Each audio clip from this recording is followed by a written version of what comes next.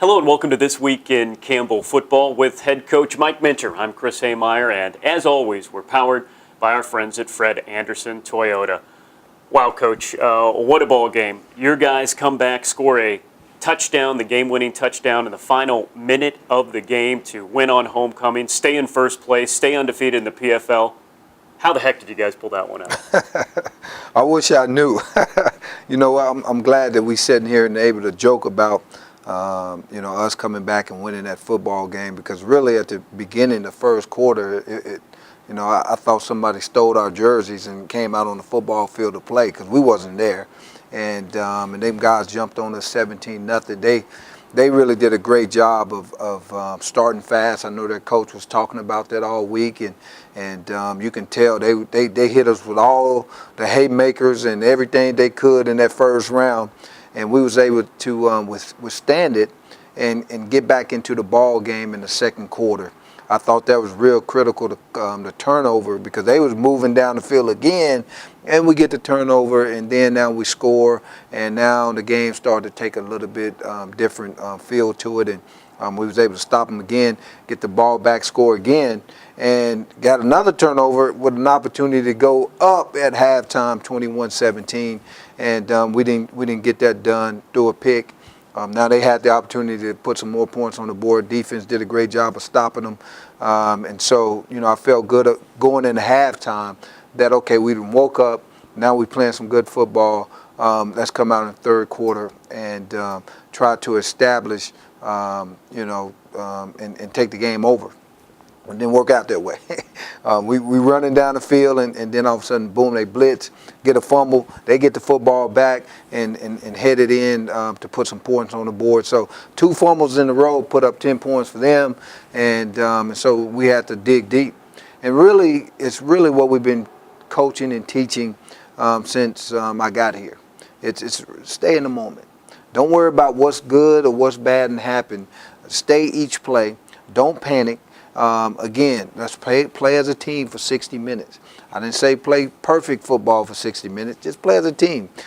Play physical for 60 minutes, and then again play with confidence. And that's what they did. For 60 minutes, they did those things, which gave them opportunity to win the game at the end. And David Salmon came in. You got to give him a lot of credit because the kid had an interception early on in the game that could have put us up 21-17.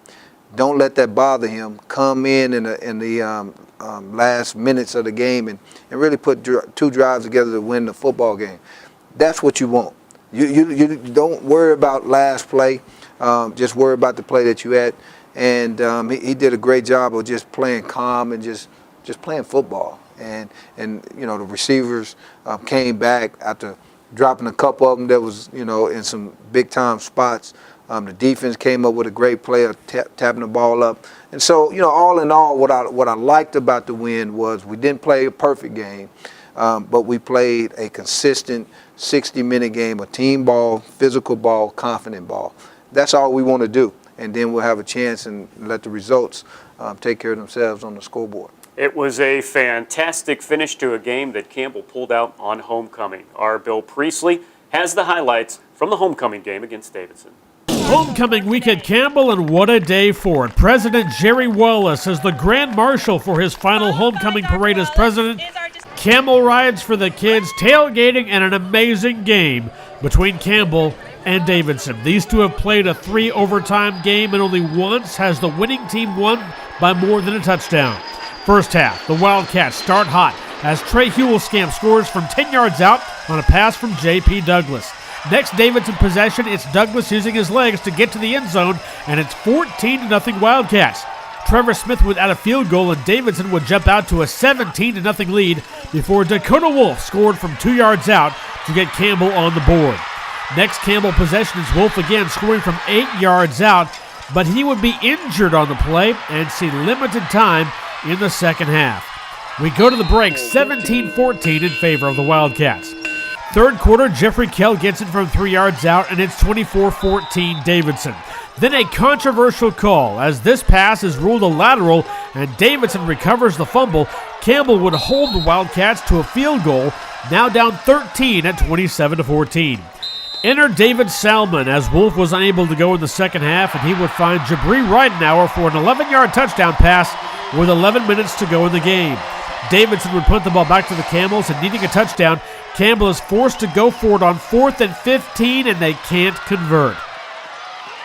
Davidson takes over, needing a first down to salt the game away, and on 3rd and 4 with just over a minute to play, Douglas goes to the air. The pass is tipped by Isaiah Howard and picked off by Aaron Nichols, setting up this. Salmon finds Ben Bowling on the sideline.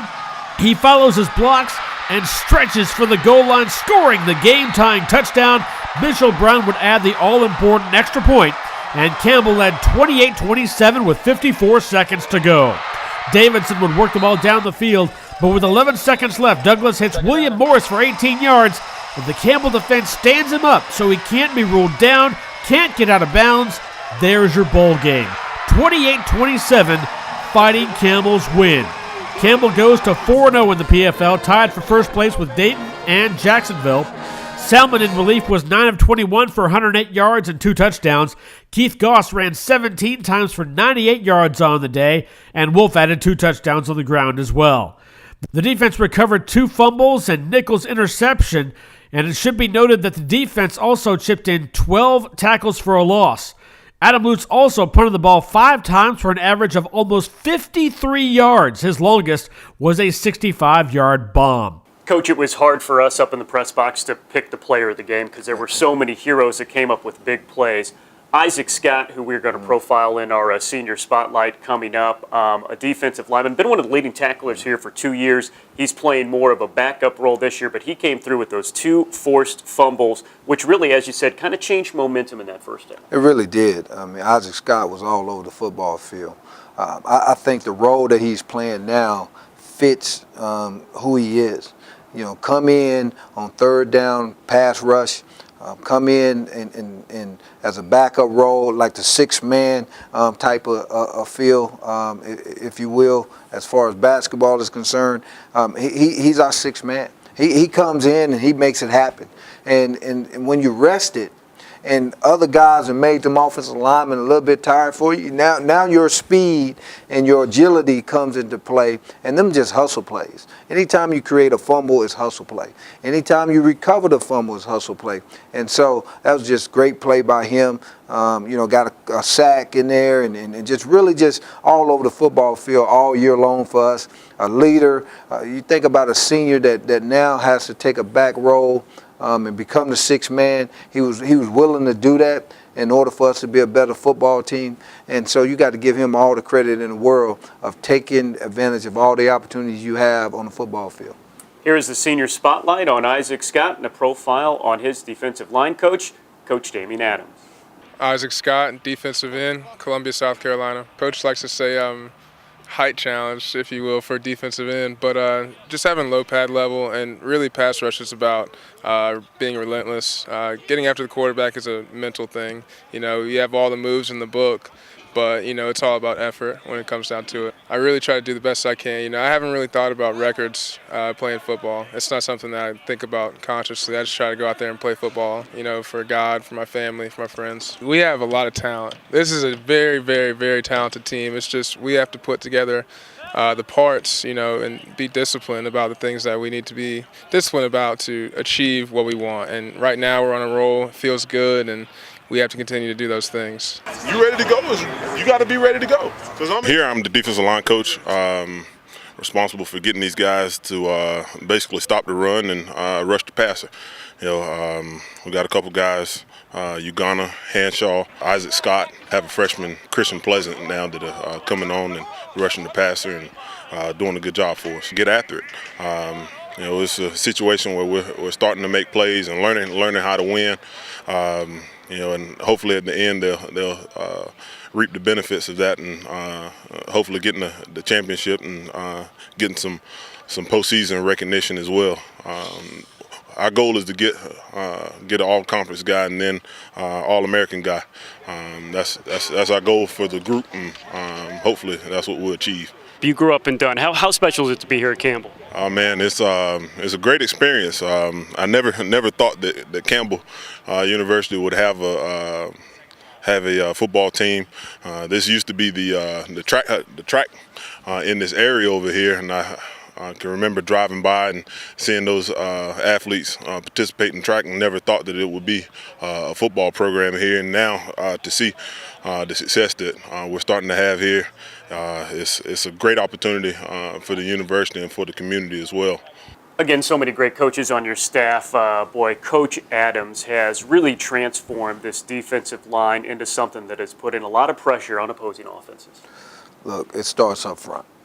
Anything you do starts up front, and with Coach Adams, he's a guy that's, you know, enthusiastic about his job, right? He loves the trenches because he played the position, and he understands how important it is. What I think he's done is he's built a relationship with each guy. If you can build a relationship with the guys that you're coaching, then it makes it easier to push the buttons that you need to push to get the most out of them. He created a competitive deal over there. Everybody knows that if you're not getting the job done, somebody else behind you to be able to come get it in. So I thought he's done a great job of really teaching these guys the skill of playing the defensive line position, and it's really showing up on the field. Every team that comes in here has to get the ball out quick. They don't get the ball out quick, we're going to have a whole lot of sacks, and we're going to be in that backfield a lot because of the intensity that he has brought to that group. Your team 4-0, of course, still tied for first place in the Pioneer Football League, but going on the road in this league is always a chore. And this week you had 600 miles to upstate New York to take on a Marist team that was co-PFL champs last year. They lost a lot of seniors on that team, but they have some good players back. Coach, what do you know about the Red Foxes? Well, what I do know is this. They're going to come and they're going to play hard, okay? We know they're a physical football team. Any team that come up from the north, they're going to be a physical ground and pound type team. Their defense is probably one of the best defenses in the conference. And so it's going to be really tough on our offense. We got to find ways to make plays on this defense because really they got a lot of seniors on their defense. Guys don't never be in the wrong spot. They well coached, and the scheme that they play is a little bit different than what you would think. You know, it's a 3-3-5 type scheme, and so they got 5 or 3 safeties out there that can end up anywhere, and them 3 linebackers, they do a great job of really taking care of from tackle to tackle as far as the run game is concerned. They make linebackers very patient in his reads, and so when he finds the ball, then he go attack the ball, so he's never out of position. When you get a defense like that, that makes it very difficult on your offense. So our offense is going to have our work cut out for us. You know, defensively, we got to keep ourselves in that football game. Their offense is an offense that, you know, they're going to be patient. They're going to take what you give them, and they got a heck of a running back. We got to bottle him up. We cannot let him get going like he did last year against us. We got to take him away, you know, from their game plan, and then we got to hold up outside. Last year they killed us in the pass game too, and so defensively we got to keep ourselves close in the game, and then special teams. So when you go on the road, got to pack defense, got to pack special teams, and those 2 areas we got to be able to step up and make some plays, not just stop them, but make some plays to get us some points on the board.